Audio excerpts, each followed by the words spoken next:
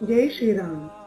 मैं सीमा धर्मधारा चैनल पर आप सबका स्वागत करती हूँ और आशा करती हूँ आप सभी स्वस्थ एवं प्रसन्न होंगे। महर्षि वाल्मीकि रामायण के बाल कांड में से आज मैं आपको 45वां और 46वां अध्याय पढ़कर सुनाऊंगी। तो उसे शुरू करने से पहले अगर अभी तक मेरा चैनल सब्सक्राइब नहीं किया तो प्लीज प्लीज प्लीज उसे सब्सक्राइब कीजिए। तो आइए शुरू करते हैं 45वां।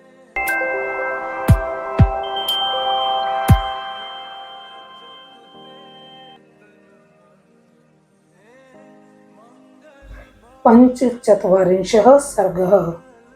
देवताओं और दैत्यों द्वारा क्षीर समुद्र मंथन, भगवान रुद्र द्वारा हल हल विष का पान, भगवान विष्णु के सहयोग से मंदराचल का पाताल से उद्धार और उसके द्वारा मंथन, धन्वंतरी अप्सरा, वारुणी, उच्चैःश्रवा, कौस्तुभ तथा अमृत की उत्पत्ति और देवासुर संग्राम में दैत्यों का संहार।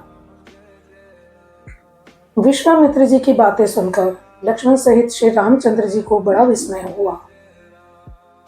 वे मुनि से इस प्रकार बोले, ब्रह्मन, आपने गंगा जी के स्वर्ग से उतरने और समुद्र के भरने की यह बड़ी उत्तम और अत्यंत अद्भुत कथा सुनाई।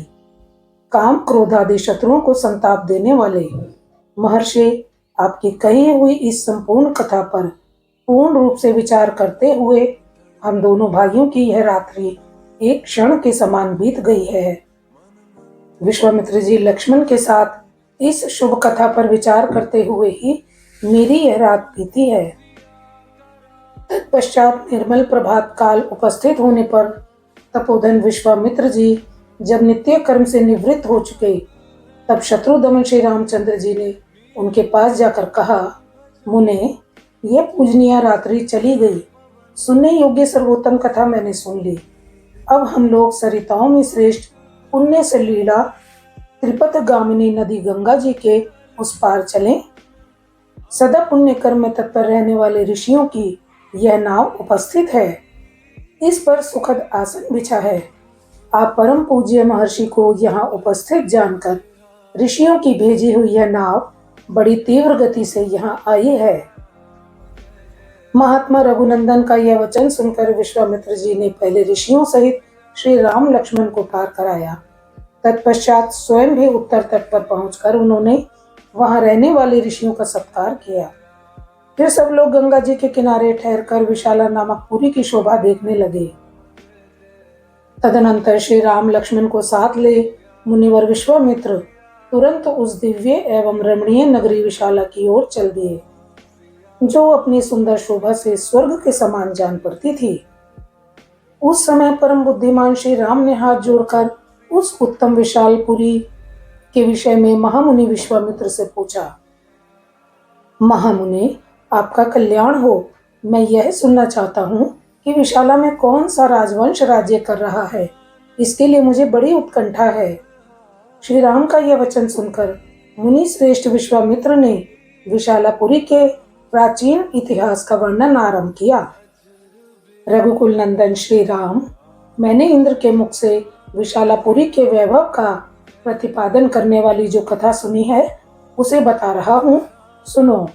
इस देश में जो वृत्तांत घटित हुआ है उसे यथार्थ रूप से श्रवण करो। श्री राम, पहले सतयुग में अदिति के पुत्र दैत्य बड़े बलवान थे और अदिति के परम धर्मात्मा पुत्र महाभाग देवता भी बड़े शक्तिशाली थे।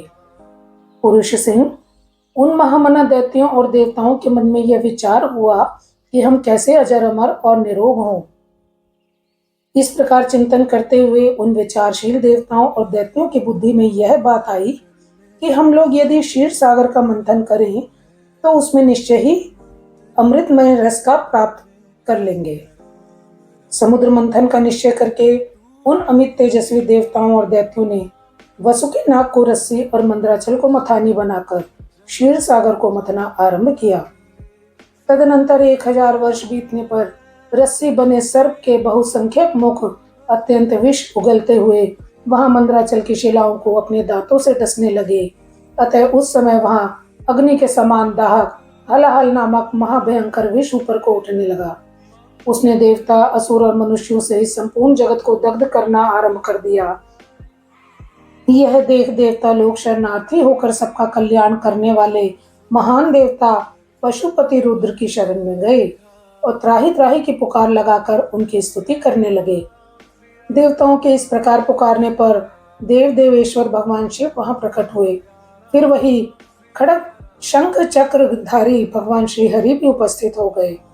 श्रीहरि ने भगवान रुद्र से मुस्कुराकर कहा, सुरश्रेष्ठ, देवताओं के समुद्र मंथन करने पर जो वस्तु सबसे पहले प्राप्त हुई है वह आपका भाग है, क्योंकि आप सब देवताओं में अग्रगण्य हैं। प्रभु, अग्र पूजा के रूप में प्राप्त हुए इस विष को आप यहीं खड़े होकर ग्रहण करें। ऐसा कहकर देव शिरोमणि विष्णु वहां से अंतर्ध्यान हो गए। देवताओं का भय देखकर और भगवान विष्णु की पूर्वोक्त बात सुनकर देवेश्वर भगवान रुद्र ने उस घोर हलाहल विष को अमृत के समान मानकर अपने कंठ में धारण कर लिया और देवताओं को विदा करके वह अपने स्थान को चले गए। रघुनंदन, तत्पश्चात देवता और असुर सब मिलकर क्षीर सागर का मंथन करने लगे। उस समय मथानी बना हुआ उत्तम पर्वत मंदार पाताल में घुस गया। तब देवता और गंधर्व भगवान मधुसूदन की स्तुति करने लगे। महाबाहो, आप ही संपूर्ण प्राणियों की गति हैं, विशेषतः देवताओं के अवलंबन तो आप ही हैं। आप हमारी रक्षा करें और इस पर्वत को उठावें। यह सुनकर भगवान ऋषिकेश ने कच्छप रूप धारण किया और उस पर्वत को अपनी पीठ पर रखकर वे श्रीहरि वहीं समुद्र के भीतर सो गए। फिर विश्वात्मा पुरुषोत्तम भगवान केशव उस पर्वत शिखर को हाथ से पकड़कर देवताओं के बीच में खड़े हो स्वयं भी समुद्र का मंथन करने लगे। तदनंतर 1000 वर्ष बीतने पर उस क्षीर सागर से एक आयुर्वेदमय धर्मात्मा पुरुष प्रकट हुए, जिनके एक हाथ में दंड और दूसरे में कमंडलू था। उनका नाम धन्वंतरी था। उनके प्राकट्य के बाद सागर से सुंदर कांति वाली बहुत सी अप्सराएं प्रकट हुई। नरश्रेष्ठ, मंथन करने से ही अप यानी जल में उसके रस से वे सुंदरी स्त्रियां उत्पन्न हुई थीं, इसलिए अप्सरा कहलाईं। काकुस्थ, उन सुंदर कांति वाली अप्सराओं की संख्या 60 करोड़ थी और जो उनकी परिचारिकाएं थीं उनकी गणना नहीं की जा सकती है, वे असंख्य थी। उन अप्सराओं को समस्त देवता और दानव कोई भी अपनी पत्नी के रूप से ग्रहण न कर सके, इसलिए वे साधारण मानी गई। रघुनंदन, तदनंतर वरुण की कन्या वारुणी, जो सुरा की अभिमानिनी देवी थी, प्रकट हुई और अपने को स्वीकार करने वाले पुरुष की खोज करने लगी। वीर श्री राम, दैत्यों ने उस वरुण कन्या सुरा को नहीं ग्रहण किया, परंतु अदिति के पुत्रों ने इस अनित्य सुंदरी को ग्रहण कर लिया। सुर से रहित होने के कारण ही दैत्य असुर कहलाए और सुरा सेवन के कारण ही अदिति के पुत्रों की सुर संज्ञा हुई। वारुणी को ग्रहण करने से देवता लोग हर्ष से उत्फुल्ल एवं आनंद मग्न हो गए। नरश्रेष्ठ, तदनंतर घोड़ों में उत्तम उच्चैश्रवा, मणिरत्न, कौस्तुभ तथा परम उत्तम अमृत का प्राकट्य हुआ। श्री राम, उस अमृत के लिए देवताओं और असुरों के कुल का महान संहार हुआ। अदिति के पुत्र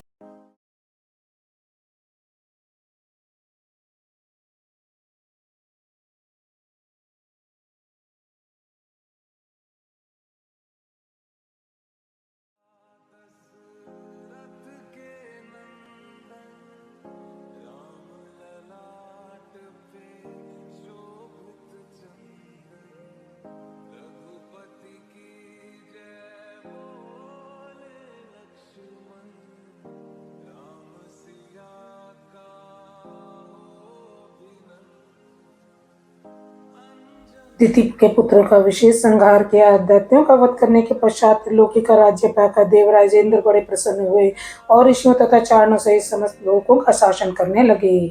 इस प्रकार श्री वाल्मीकि निर्मित रामायण आदि काव्य के बालकांड में 45वां सर्ग पूरा हुआ। संगत जी, ये अध्याय हमारा यहीं समाप्त होता है। अब हम अगला अध्याय पढ़ेंगे, 46वां अध्याय। षट्चत्वारिंशः सर्गः।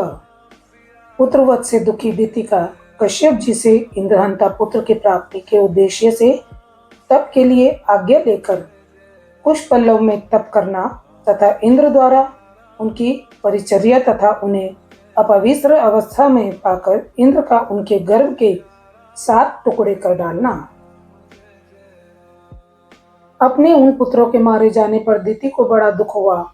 वे अपने पति मरीचि नंदन कश्यप के पास जाकर बोली, भगवान, आपके महाबली पुत्र देवताओं ने मेरे पुत्रों को मार डाला, अतः मैं वे दीर्घ काल की तपस्या से उपार्जित एक ऐसा पुत्र चाहती हूँ जो इंद्र का वध करने में समर्थ हो।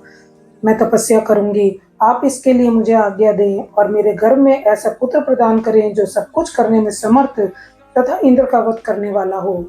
उसकी यह बात सुनकर महातेजस्वी मरीचि नंदन कश्यप ने उस परम दुखिनी दिति को इस प्रकार उत्तर दिया, तपोधने, ऐसा ही हो, तुम शौचाचार का पालन करो, तुम्हारा भला हो।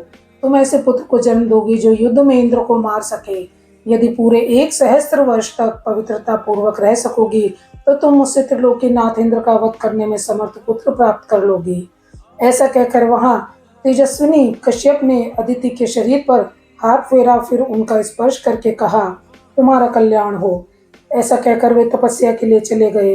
नरश्रेष्ठ, उनके चले जाने पर दिति अत्यंत हर्ष और उत्साह में भरकर कुशपल्लव नामक तपोवन में आई और अत्यंत कठोर तपस्या करने लगी।